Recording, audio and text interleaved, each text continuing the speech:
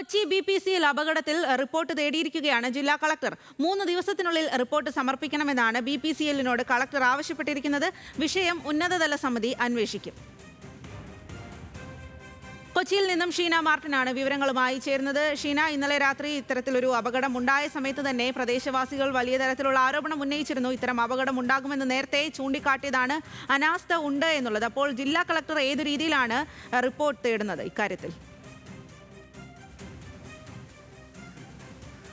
സ്വാതി, ഇതിനു മുൻപ് പലതവണ ഇതുപോലെയുള്ള അപകടങ്ങൾ കൊച്ചിൻ റിഫൈനറി ഭാഗത്ത് സംഭവിച്ചിട്ടുണ്ട്. BPCLന്റെ ഭാഗത്ത് നിന്ന് പലതരത്തിൽ ഇതുപോലുള്ള അപകടങ്ങൾ പല തവണകളായി കഴിഞ്ഞ വർഷവും ഉണ്ടായിട്ടുണ്ട്. അപ്പോഴെല്ലാം പക്ഷേ ഈ അപകട സൈറൻ മുഴക്കിയിരുന്നു എന്ന് തന്നെയാണ് പ്രദേശവാസികൾ പറയുന്നത്. പക്ഷേ ഇന്നലെ സംഭവിച്ചത് യാതൊരു തരത്തിലുള്ള മുന്നറിയിപ്പും, ഇത്തരത്തിലൊരു അപകടത്തിന്റെ സൂചന പോലും BPCLന്റെ ഭാഗത്ത് നിന്ന് ഉണ്ടായിട്ടില്ല എന്ന് തന്നെയാണ് പറയുന്നത്. KSEBയുടെ സബ്സ്റ്റേഷൻ വഴി സംഭവിച്ച അപകടമാണ്, അവരുടെ ശ്രദ്ധക്കുറവ് കൊണ്ടുണ്ടായ അപകടമാണിതെന്ന് പറഞ്ഞ് കൈയൊഴിയാനാണ് BPCL ശ്രമിക്കുന്നത്.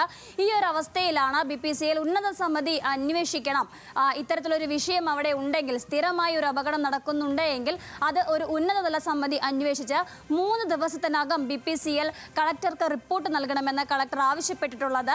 അതുപോലെ തന്നെ പഞ്ചായത്തും ദുരന്ത നിവാരണ അതോറിറ്റിയും കളക്ടറേറ്റും ഈ പുക വ്യാപിച്ച സ്ഥലങ്ങളിലെല്ലാം തന്നെ പരിശോധന നടത്തും.